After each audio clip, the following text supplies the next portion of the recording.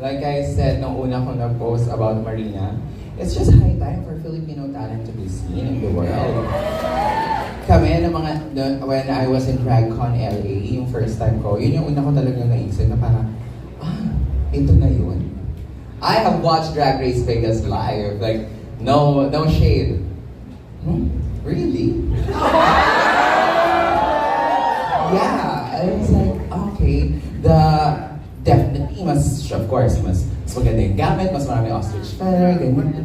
Pero from one performer to another, the intensity, the lip sync na lang bare minimum yun diba? It's like, Filipinos are really world class.